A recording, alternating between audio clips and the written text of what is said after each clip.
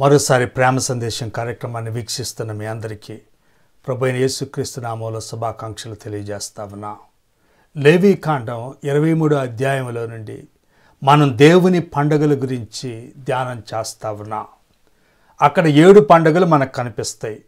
పస్కా పండుగ, పొంగని రొట్టెల పండుగ, ప్రథమ ఫలముల పండుగ, పెంతెకొస్తు పండుగ, బోరల పండుగ, ప్రాయశ్చిత్తార్థ దిన పండుగ, పర్ణశాలల పండుగ. ఈరోజు ప్రథమ ఫలముల పండుగ గురించి మనం కొద్దిసేపు ధ్యానం చేద్దాం. ముందుగా ఒక పాట విందాం. స్తుతి గానములతో నేను నా దేవుని స్తుతించెదను, నా జీవితమంతా ప్రభు కొరకైనే నిలజీవించెదను, ప్రభు కొరకై నిలచెదను. స్తుతి గానములతో నేను నా దేవుని స్తుతించెదను, నా జీవితమంతా ప్రభు కొరకైనే నిలజీవించెదను, ప్రభు కొరకై నిలచెదను. స్తుతి గానములతో నేను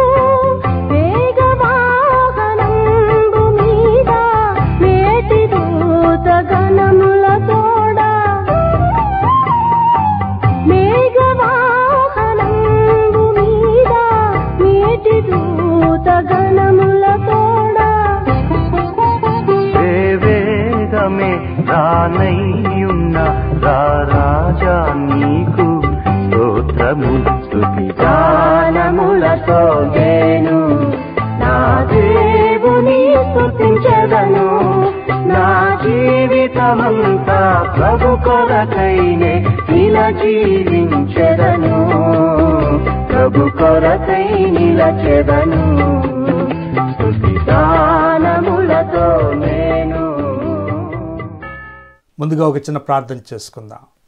మహాప్రేమ కలిగిన పరలోకపు తండ్రి, కృప కలిగిన మా రక్షక, మా జీవితాల్లో నీ యొక్క కృపను బట్టి మరొక దినాన్ని మాకు అనుగ్రహించినందుకై నీకు వందనములు స్తుతులు చెల్లిస్తా ఉన్నాం. ఈరోజు ప్రథమ ఫలముల పండుగ గురించి మేము ధ్యానం చేయబోతుండగా నీ యొక్క వాక్యం ద్వారా మాతో మాట్లాడి మమ్మలను బలపరిచి ఆదరించి నడిపించవలసిందిగా ప్రార్థన చేస్తా ఉన్నాం. అనారోగ్యంతో బాధపడుతున్నటువంటి మా నాన్న కట్టుపల్లి యోహాను గారి యొక్క ఆరోగ్యం గురించి ప్రార్థన చేస్తా ఉన్నా. ఆయనకు మీరు పూర్తి స్వస్థత అనుగ్రహించి ఆ యొక్క క్యాన్సర్ సంబంధమైనటువంటి బాధ నుండి ఆయనకు పూర్తి స్వస్థతను మీరు అనుగ్రహించవలసిందిగా ప్రార్థన చేస్తా ఉన్నా. ఆయనకు మీ యొక్క సన్నిధిని ఇంకా మెండుగా ఈ సమయంలో అనుగ్రహించండి.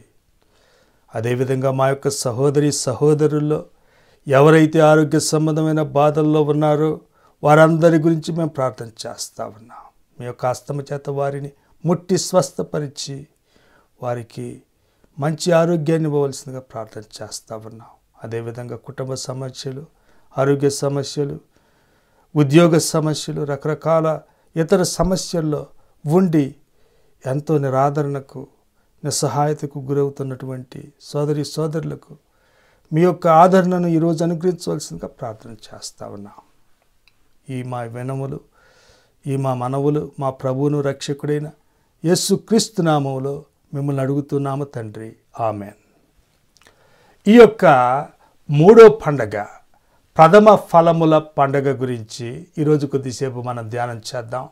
లేవీ కాండము 23వ అధ్యాయము 9వ వచనంలో మీరు చదండి.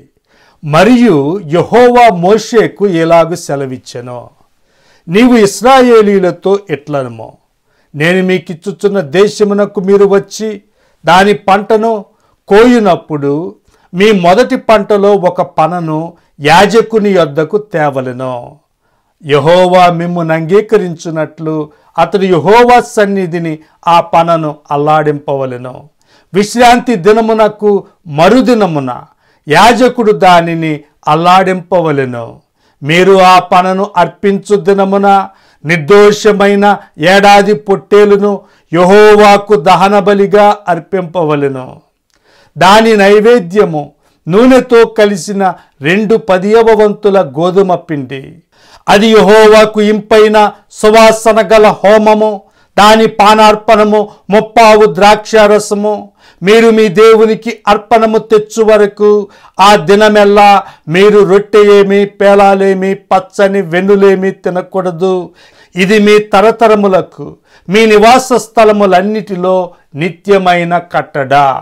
ఇశ్రాయేలీలతో దేవుడు ఏమని చెప్తున్నాడంటే, నేను మీకు ఇచ్చుచున్న దేశమునకు మీరు వచ్చినప్పుడు, అంటే కనాను దేశమునకు ప్రవేశించిన తరువాత మీరు ఈ ప్రథమ ఫలముల పండుగను ఆచరించవలసి ఉంది. ఆ మాటలు మీరు గమనించండి. నేను మీకు ఇచ్చుచున్న దేశమునకు మీరు వచ్చినప్పుడు, ప్రథమ ఫలముల పండుగ మీరు వాగ్దాన దేశములో ప్రవేశించిన తరువాత చేసుకోవాలి. ప్రథమ ఫలముల పండుగ వాగ్దాన దేశాన్ని, పరలోక దేశాన్ని మనకు గుర్తు తెస్తా ఉంది. 2011వ సంవత్సరం మార్చి నెల 11వ తేదీ జపాన్ దేశంలో ఫుకుషిమా అణుశక్తి కేంద్రంలో పెద్ద ప్రమాదం జరిగింది. ఫుకుషిమా అంటే జపాన్ భాషలో బ్లెస్డ్ ఐలాండ్, ఆశీర్వదించబడిన లంక అని అర్థం. ఆ అణుకేంద్రం దగ్గరలో ఒక పెద్ద భూకంపం జరిగింది. ఆ తర్వాత పెద్ద సునామీ మొదలైంది. ఆ భూకంపము, సునామీలు చేసిన విధ్వంసంలో 16,000 మంది చనిపోయారు. 1,00,000 మందికి పైగా నిర్వాసితులయ్యారు. సునామీ తెచ్చినటువంటి పెద్ద పెద్ద సముద్రపు అలలు ఫుకుషిమా అణుశక్తి కేంద్రంలోకి దూసుకెళ్ళి దాని గోడలను పడగొట్టి టర్బైన్లను నీటిపాలు చేసి అణు పదార్థాలు, రేడియో ధార్మిక పదార్థాలు ఆ చక్కటి ద్వీపం చిన్నాభిన్నం అయిపోయేలా చేసింది. చక్కటి నేల విషమయం అయిపోయింది. ఆ ద్వీపవాసులు ఇంకొకసారి ఒక చెట్టైనా మొలుస్తుందా అని ఆక్రోశించారు.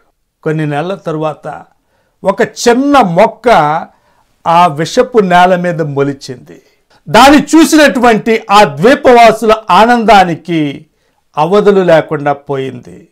పాపం చేత, శాపం చేత విషమయమైపోయినటువంటి మన ప్రపంచం నిర్జీవంగా, నిరాశతో, నిరీక్షణ లేకుండా నిష్ఫలంగా పడిపోయినటువంటి ఈ భూమి మీద ప్రథమ ఫలంగా ప్రభు అయిన యేసుక్రీస్తు మొలిచాడు.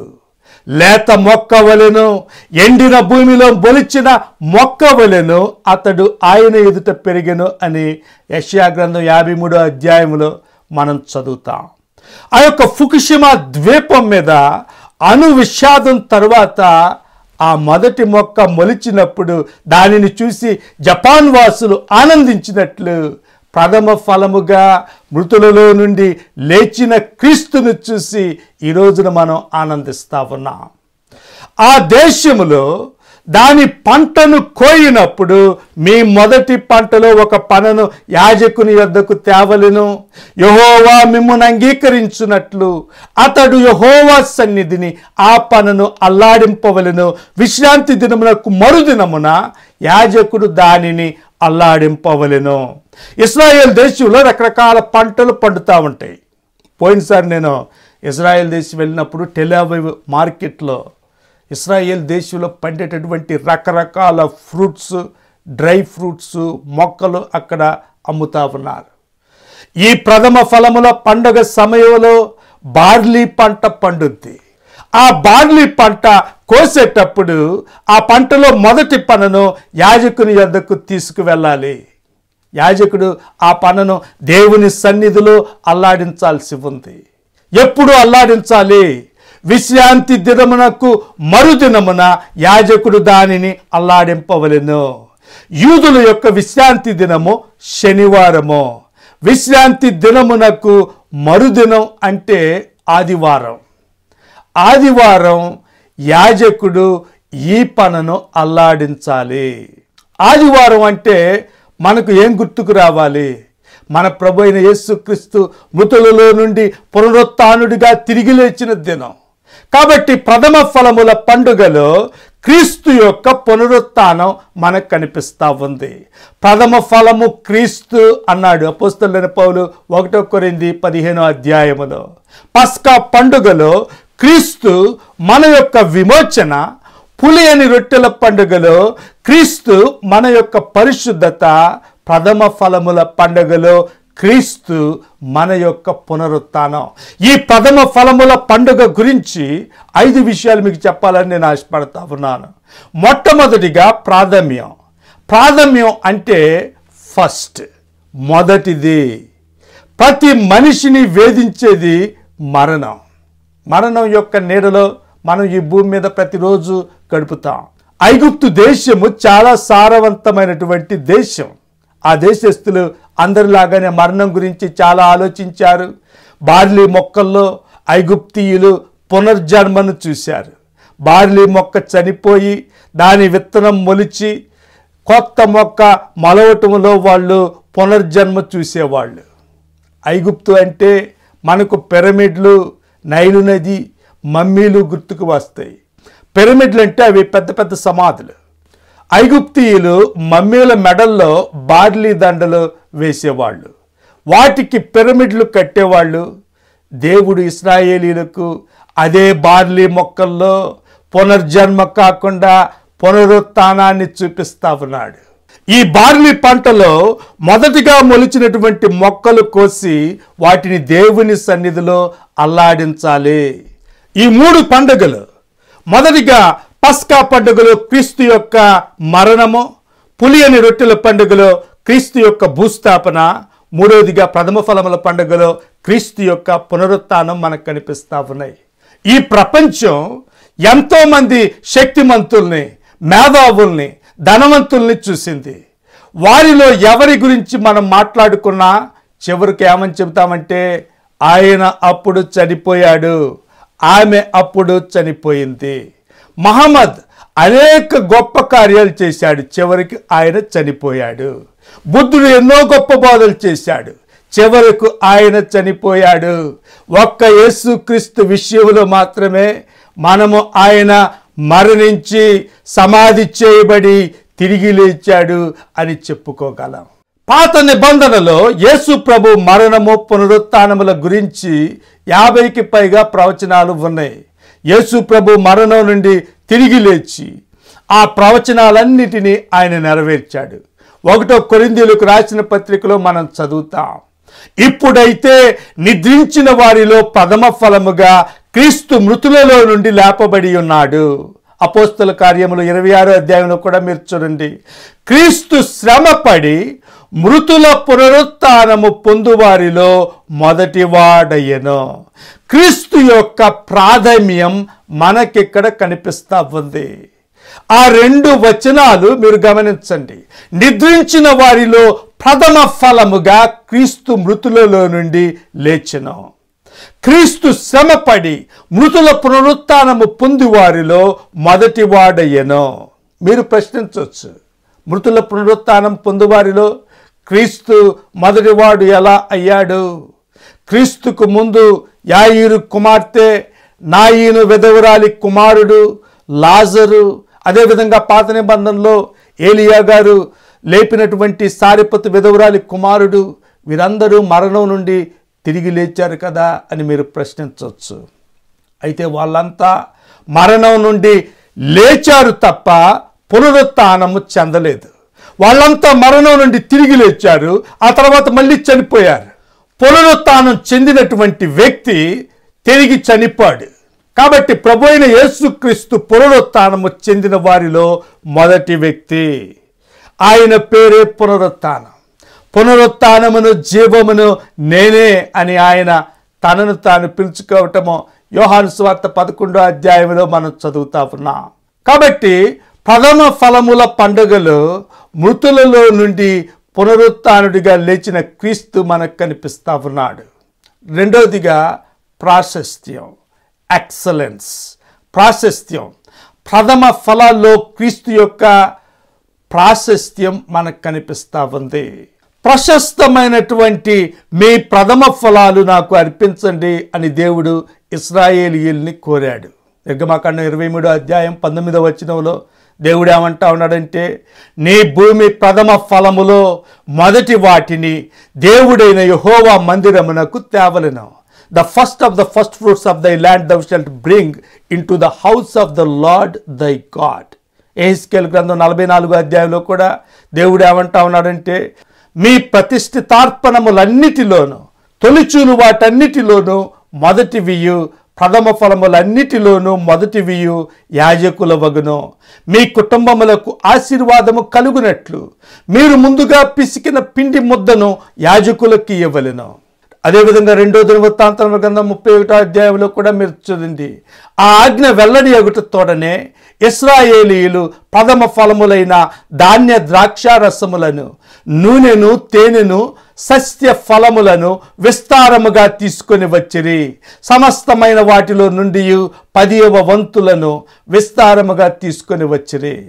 ప్రథమ ఫలాలు మొదటివే కాకుండా ప్రశస్తమైనవి. యేసుక్రీస్తు మొదటివాడే కాకుండా ప్రశస్తమైన వాడు. ప్రతి విశ్వాసి యొక్క భాగ్యం ఏంటంటే యేసుక్రీస్తు యొక్క ప్రశస్తతను, ఐశ్వర్యాన్ని తెలుసుకోవటం. ఇటలీ దేశంలో వెనిస్ నగరం ఉంది.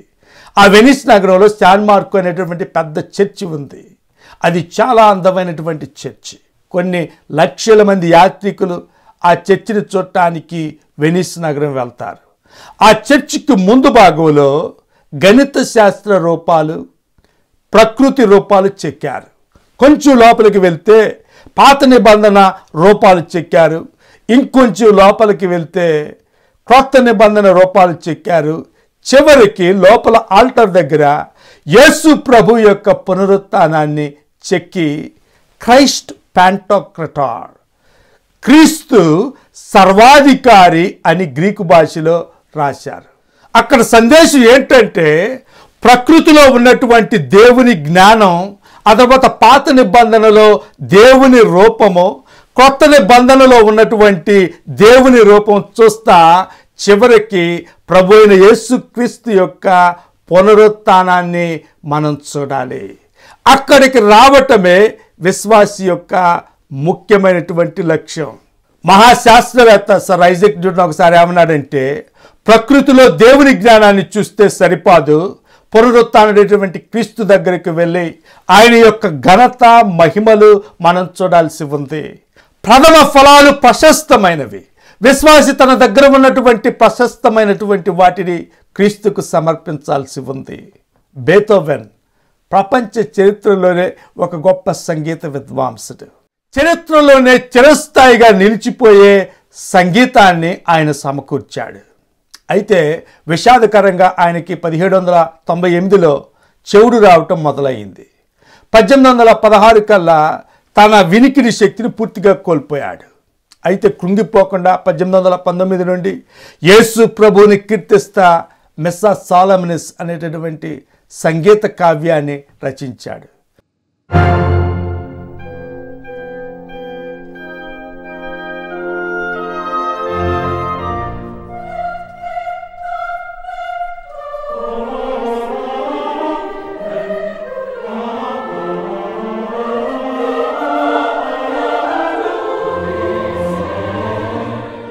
అందులో క్రీస్తు యొక్క పునరుత్థానము ఏ విధంగా ఆయనకు నిరీక్షణ కలిగిందో బేతోవెన్ చక్కగా కీర్తించాడు.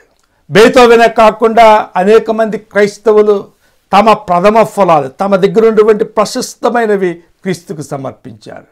క్రైస్తవ సంఘ చరిత్రలో మొదటి 3 శతాబ్దాలు క్రైస్తవులకు చాలా గొప్ప హింస కలిగింది. గ్రీకు వైద్యుడు గ్యాలెన్ చాలా గొప్ప మేధావి. క్రైస్తవులు యేసు ప్రభు కోసం ప్రాణాలు కూడా అర్పించడం చూసి గ్యాలెన్ చాలా ఆశ్చర్యపోయాడు. కాబట్టి క్రీస్తు యొక్క ప్రాశస్త్యం మనకు ఈ యొక్క ప్రథమ ఫలాల్లో కనిపిస్తూ ఉంది. మూడవదిగా ఇక్కడ ప్రారంభం మనం చూస్తాం. యాజకుడు ప్రథమ ఫలాలు తన చేతిలో పెట్టుకొని దేవుని సన్నిధిలో ప్రవేశించాడు. కొత్త పంట తన చేతిలో పెట్టుకొని యాజకుడు దేవుని సన్నిధిలో ప్రవేశించాడు. మన ప్రధాన యాజకుడైన యేసుక్రీస్తు మరణం నుండి లేచి దేవుని సన్నిధిలోకి మనకంటే ముందు వెళ్ళి ఒక నూతన మార్గాన్ని ఏర్పరిచాడు. హెబ్రీయులకు రాసిన పత్రిక 10వ అధ్యాయంలో మీరు చూడండి, సహోదరులారా, యేసు మన కొరకు ప్రతిష్ఠించిన మార్గమున అనగా నూతనమైనదియు జీవము గలదియు ఆయన శరీరము అను తెర ద్వారా ఏర్పరచబడినదియునైన మార్గమున ఆయన రక్తము వలన పరిశుద్ధ స్థలమునందు ప్రవేశించుటకు మనకు ధైర్యము కలిగి ఉన్నది. క్రైస్తవ విశ్వాసము యేసుక్రీస్తు యొక్క పునరుత్థానము పునాదిగా ప్రారంభం అయ్యింది. ఇంకో విషయం ఏంటంటే, ఈ యొక్క ప్రథమ ఫలాలు ప్రజలందరి ఎదుట, సమాజం ఎదుట బహిరంగంగా ప్రదర్శించబడ్డాయి. అదేవిధంగా యేసుక్రీస్తు కూడా ప్రజలందరి ఎదుట, సమాజం ఎదుట ఆయన పునరుత్థానుడై తనను తాను సజీవుడిగా ప్రత్యక్షపరుచుకున్నాడు. యేసు ప్రభు మరణించి తిరిగి లేచిన తరువాత ఆయన తన కుటుంబానికి, తన శిష్యులకు, ఆ తర్వాత 500 మందికి పైగా ప్రత్యక్షమయ్యాడు. లేవీకాండము 23వ అధ్యాయం 12వ వచనంలో ఆ తర్వాత చూడండి, మీరు ఆ పనను అర్పించు దినమున నిర్దోషమైన ఏడాది పొట్టేలును యెహోవాకు దహన బలిగా అర్పింపవలెను. దాని నైవేద్యము నూనెతో కలిసిన 2/10వ వంతుల గోధుమ పిండి, అది యెహోవాకు ఇంపైన సువాసన గల హోమము. దాని పానార్పణము 30 ద్రాక్షారసము. ప్రథమ ఫలముల పండుగలో ఒక బలి, ఒక నైవేద్యం కూడా మనకు కనిపిస్తా ఉన్నాయి. అవి దేవునికి ఇంపైన సువాసన గల హోమంగా ఉన్నాయి. అక్కడ ఉన్న గోధుమ పిండి, ద్రాక్ష రసములో ప్రభువు బల్ల మనకు కనిపిస్తుంది. ప్రథమ ఫలముల పండుగలో దేవునితో సహవాసము, ఆరాధన కూడా మనకు కనిపిస్తా ఉన్నాయి. యేసుక్రీస్తు తిరిగి లేచిన తరువాత శిష్యులు ఏం చేశారు? మత్తయి సువార్త 28వ అధ్యాయంలో మీరు చూడండి, 16వ వచనంలో మనం చదువుతాం. 11 మంది శిష్యులు యేసు తమకు నిర్ణయించిన గలిలయలోని కొండకు వెళ్ళిరి. వారు ఆయనను చూచి ఆయనను మొక్కిరి. పునరుత్థానుడైన క్రీస్తును చూసిన వెంటనే శిష్యులు ఆయనను ఆరాధించారు. కాబట్టి క్రైస్తవ ఆరాధన ఇక్కడ ప్రారంభమైంది. 4వదిగా ప్రాతినిధ్యం. 11వ వచనంలో మీరు చూడండి, యెహోవా మిమ్ము అంగీకరించున్నట్లు అతడు యెహోవా సన్నిధిని ఆ పనను అల్లాడింపవలెను. ఆ మాటలు గమనించండి. దేవుడు మిమ్ములను అంగీకరించినట్లు ఆ ప్రథమ ఫలాలు దేవుని సన్నిధిలో ప్రదర్శించండి. ఆ ప్రథమ ఫలములు యాజకుడు దేవుని సన్నిధిలో అల్లాడించినప్పుడు ఇశ్రాయేలీలు దేవుని చేత అంగీకరించబడ్డారు. యేసుక్రీస్తు పునరుత్థానం జరిగిన తరువాతే మనం దేవుని చేత అంగీకరించబడ్డాం. రోమాపత్రిక 11వ అధ్యాయంలో మీరు చూస్తే 16వ వచనంలో మనం చదువుతాం, ముద్దలో మొదటి పిడికెడు పరిశుద్ధమైనదైతే ముద్దంతయు పరిశుద్ధమే. ఇక్కడ మొదటి పిడికెడు అంటే ఫస్ట్ ఫ్రూట్స్, ప్రథమ ఫలాలు. పౌలు గారు ఏమన్నాడంటే ప్రథమ ఫలాలు పరిశుద్ధమైతే పంటంతా పరిశుద్ధమే. పౌలు గారు ఇక్కడ ఏమంటా ఉన్నాడంటే క్రీస్తు మన యొక్క ప్రతినిధిగా దేవుని యొక్క సన్నిధిలోకి వెళ్ళాడు కాబట్టి ఆయనలో భాగమై ఉన్నటువంటి మనం కూడా ఆయన వల్ల ఆయన యొక్క జీవాన్ని పొంది పరిశుద్ధపరచబడ్డాం. 5వదిగా ప్రథమ ఫలముల పండుగలో మనకు క్రీస్తు యొక్క ప్రాబల్యం కనిపిస్తూ ఉంది, ఆయన యొక్క శక్తి కనిపిస్తూ ఉంది. ఒక విత్తనం మొలకెత్తి చెట్టుగా మొలిచి ఫలాలు ఫలించాలంటే ఎంతో శక్తి కావాలి. నిర్జీవంగా కనిపించే విత్తనాలు అవి ఫలించి మొలకెత్తినప్పుడు వాటిలో ఎంత శక్తి ఉందా అని మనం అనుకుంటాం. ఒక సీతాకోక చిలుక ఏర్పడక ముందు అది అనేక దశల్లో గుండా రూపాంతరం చెందుతుంది. శిలువ మీద నిరాకారంగా నిర్జీవంగా మరణించినటువంటి క్రీస్తు ఆయన పునరుత్థానం చెందాడు. అది దేవుని శక్తి వల్ల కలిగింది. 1 కొరింథీ 6వ అధ్యాయంలో మీరు చూడండి, దేవుడు ప్రభువును లేపెను, మనలను కూడా తన శక్తి వలన లేపును. 1వ దశలోనికి రాసిన పత్రిక 4వ అధ్యాయంలో కూడా మీరు చూడండి, ఆర్భాటముతోనూ ప్రధాన దూత శబ్దముతోనూ దేవుని బోరతోనూ పరలోకము నుండి ప్రభు దిగివచ్చును, క్రీస్తు నందుండి మృతులైన వారు మొదట లేతురు. For the Lord himself shall descend from heaven with a shout. పరలోకములో నుండి ఒక కేక రాబోతా ఉంది. ఆ కేక యొక్క శక్తి వలన క్రీస్తునందుండి మృతులైన వారు లేపబడబోతా ఉన్నారు. ప్రథమ ఫలముల పండుగలో ఆ యొక్క 5 విషయాలు మీరు గమనించాలి. అక్కడ ప్రాథమ్యము, ప్రాశస్త్యం, ప్రారంభం, ప్రాతినిధ్యం, ప్రాబల్యం, 5 విషయాలు మనం చూసాం.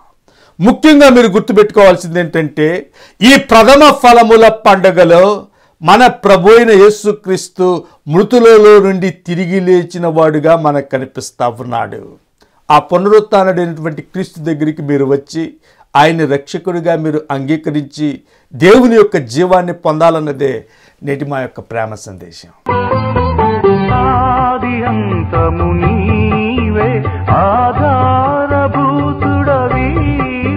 ప్రతి జీవిని ప్రేమించి పోషించు ప్రాణదాత నీవే, ప్రతి జీవిని ప్రేమించి పోషించు ప్రాణదాత నీవే. నీ ప్రేమలో నీ నీడలో ఈ భూమి నిలచును స్తోత్రము.